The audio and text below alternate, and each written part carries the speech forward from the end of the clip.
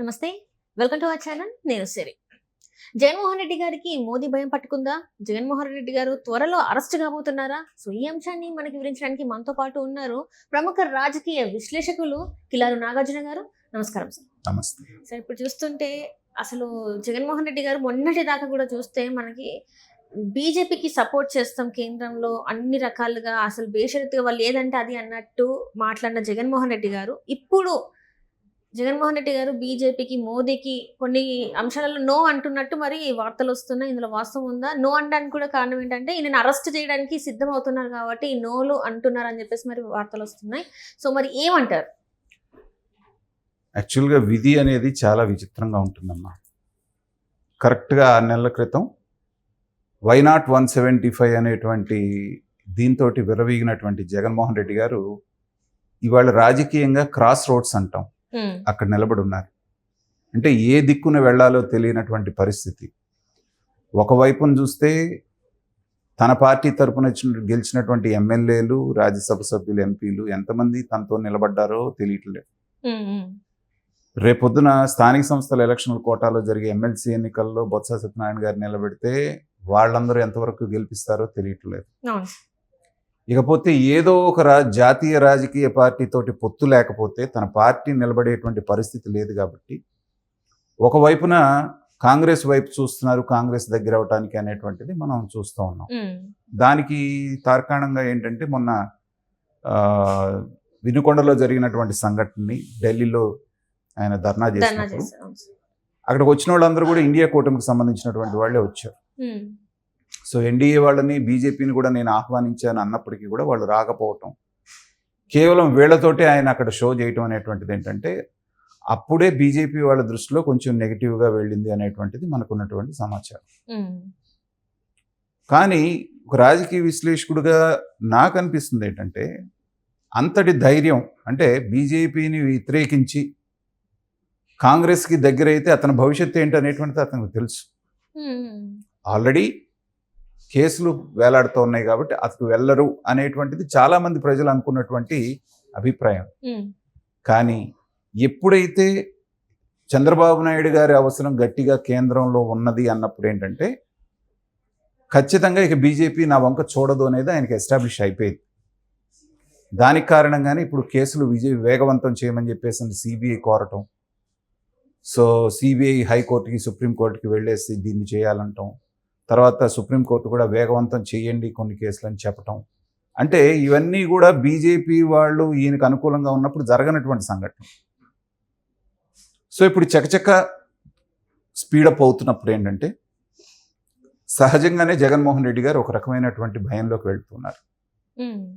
ఒకసారి బీజేపీ వ్యతిరేకం అయ్యింది అంటే తన పరిస్థితి ఏంటనేటువంటిది ఆయనకు బాగా తెలుసు. కాబట్టి ఇది ఒక ఇండికేషన్ పంపిస్తున్నాడు వాళ్ళకి. ఏమని? ముస్లిమ్స్ ఏదైతే వక్ఫ్ బోర్డు దానికి సవరణ బిల్లుకు ఉందో దానికి నేను మద్దతు ఇవ్వట్లేదు అనేటువంటిది. దీంట్లో 2 ప్రయోజనాలు ఉన్నాయి అతనికి. ఒకటి, నా ఎస్సీలు, నా ఎస్టీలు, నా బీసీలు, నా మైనారిటీలు, ఇది ఆయన నినాదం, మనందరికీ తెలిసిందే. సో మైనారిటీ బేస్ ఏదైతే ఉందో దాంట్లో ముఖ్యంగా ముస్లిమ్స్ అందరూ నా వెనకాలే ఉన్నారు అనేటువంటి భ్రమలో ఆయన ఉంటున్నాడు.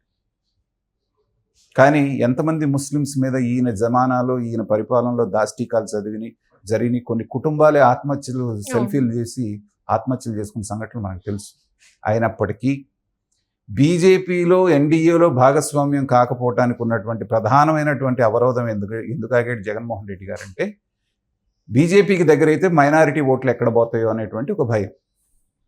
కాబట్టి ఖచ్చితంగా మైనారిటీలకు సంబంధించినటువంటి బిల్లు ఏదైతే ఉందో అది వాళ్ళ మంచి కోసం చేస్తున్నా కూడా ఏంటంటే కాంగ్రెస్ పార్టీ ఏదైతే స్టాండ్ తీసుకుందో ఇది ముస్లింలకు చేటు చేసేది, ముస్లింల హక్కుల్ని హరిస్తుంది అనేటువంటి వాళ్ళు ఏదైతే నెరేటివ్ క్రియేట్ చేశారో దానికే జగన్మోహన్ రెడ్డి గారు ఓటేయటం అంటే ఏంటంటే, ఒకటి, ముస్లిం మైనారిటీస్కి నేను ఎన్డీఏని ఎదిరిస్తున్నాను మీకోసం అనేటువంటిది వాళ్ళ ఓటు ఎవరైతే ఉన్నారో వాళ్ళని కన్సాలిడేట్ చేసుకోవటం.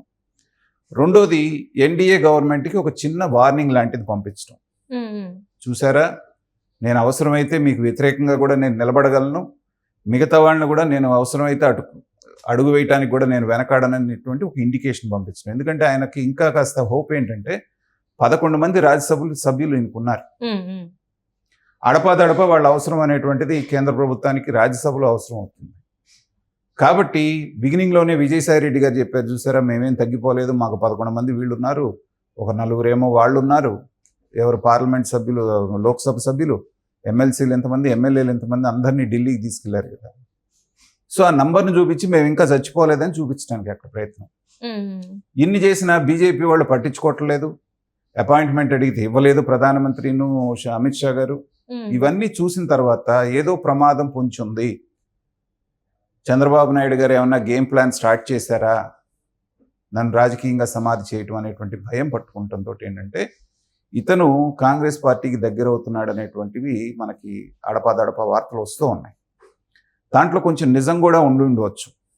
కానీ ఇప్పుడు అతనికి పెద్ద అవరోధంగా అక్కడ ఉన్నది ఏంటంటే గేట్ కీపర్ లాగా షర్మిల గారు. ఈయన కాంగ్రెస్ వైపు చూసినా కూడా అక్కడ స్వయంగా కాంగ్రెస్ పార్టీ ఆంధ్రప్రదేశ్ అధ్యక్షురాలుగా ఉన్నది సొంత చెల్లెలు. ఆవిడికి ఏదో ఒక న్యాయం జరిగి ఆవిడ్ని ఈయన పక్కకు తీసుకుంటే తప్పితే అతనికి అక్కడ కూడా ఎంట్రీ జరగదు. ఇంకొకటి కూడా వినిపిస్తుంది సార్, అంటే ఆమెను ఎట్లయినా తప్పించేసి కాంగ్రెస్ లోకి వెళ్ళాలని చెప్పేసి రాహుల్ గాంధీతో దీని మీద చర్చలు కూడా జరిపిస్తున్నారని చెప్పేసి కూడా మరి వార్తలు వస్తున్నాయి. నిజంగానే మరి షర్మిలను తప్పిస్తారంటారా కాంగ్రెస్ నేతలు? ఆ పని కనుక కాంగ్రెస్ పార్టీ చేసింది అంటే తన చేత్తో తనే ఊరేసుకున్నట్టు అవుతుంది కాంగ్రెస్.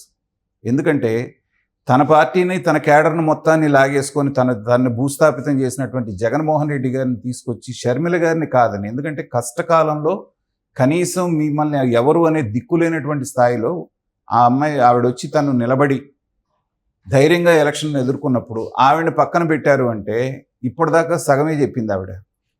నేరుగా వెళ్ళి తెలుగుదేశంలోనూ ఏమో చేరుతుంది. అప్పుడు అసలు పూర్తి బండారం బయటపెడుతుంది. అప్పుడు ఒక జగన్ అన్నదే కాదు, కాంగ్రెస్ బండారం కూడా బయటపెడుతుంది ఆవిడ. కాబట్టి చేర్చుకుంటే ఇద్దరికి కాంప్రమైజ్ చేసి ఒప్పించే చేర్చుకోవాలి. నేను షర్మిల గారి విషయంలోనూ జగన్మోహన్ రెడ్డి గారి విషయంలో అదే చెప్తున్నాను. ఇద్దరు అన్నా చెల్లెళ్ళు ఒక పెద్ద మనుషుల సమక్షంలోనూ లేదు, ఎవరు లేకుండా వాళ్ళిద్దరే కనుక ఒక గంట సేపు కూర్చొని ఇది ఇద్దరికీ నష్టం తీసుకొస్తుంది కాబట్టి మన ఇద్దరం ఇదిగో నీకు రావాల్సిన ఆస్తి ఏదో నీకు భాగం ఇస్తున్నాను, నేను కాంగ్రెస్ పార్టీలోకి వచ్చి కాంగ్రెస్ అధికారంలో నీకు సమమైనటువంటి స్థానం ఇస్తానని చెప్పేసి జగన్మోహన్ రెడ్డి గారు ఇన్ రైటింగ్ ఒక కమిట్మెంట్ ఇచ్చాడు అనుకోండి చెల్లికి, అయిపోయి సీను. ఇప్పటిదాకా ఇద్దరు విడిపోయారని సంకలు గుద్దుకున్న వాళ్ళు అందరూ ఫూల్స్ అవుతారు. ఎప్పుడైనా అన్నా చెల్లెలు రక్త సంబంధం విషయంలో జరిగేటువంటి అవకాశం ఉంటుంది. కాబట్టి ఇంకో రూమర్ కూడా ఉంది ఏంటంటే వీళ్ళిద్దరు కావాలని ఈ గేమ్ ప్లే చేస్తారు. అది కూడా ఉంది, దాన్ని నేను నమ్మను. ఎందుకంటే గేమ్ ప్లేన్ కోసం ఆవిడ అంతగా అన్నని విమర్శించాల్సిన పని లేదు. ఆవిడ ప్రతి పాయింట్లోనూ ఎండగడుతుంది అన్నని. కాబట్టి ఆవిడేదో గేమ్ అని నేను అనుకోను. రాహుల్ గాంధీ తెలివైనాడు ఏం చేస్తాడంటే పిలిపించి వీళ్ళిద్దరికీ సంధి చేస్తారు.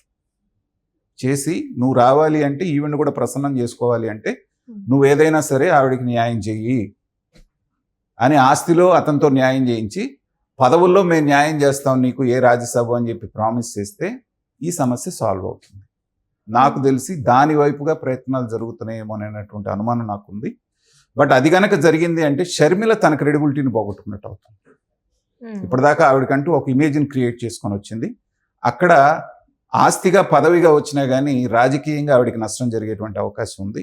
బట్ రాజకీయాల్లో ఏదైనా పాసిబుల్ మనం చెప్పలేం కదా. కానీ బీజేపీ అయితే జగన్ని దూరం పెడుతుంది అనేటువంటిది మాత్రం ఇక్కడ మనకి క్లియర్గా అర్థమవుతుంది. లేదంటే అలాంటి డిసిషన్ ఆయన తీసుకోండి. Right sir, right. Thank you so much sir.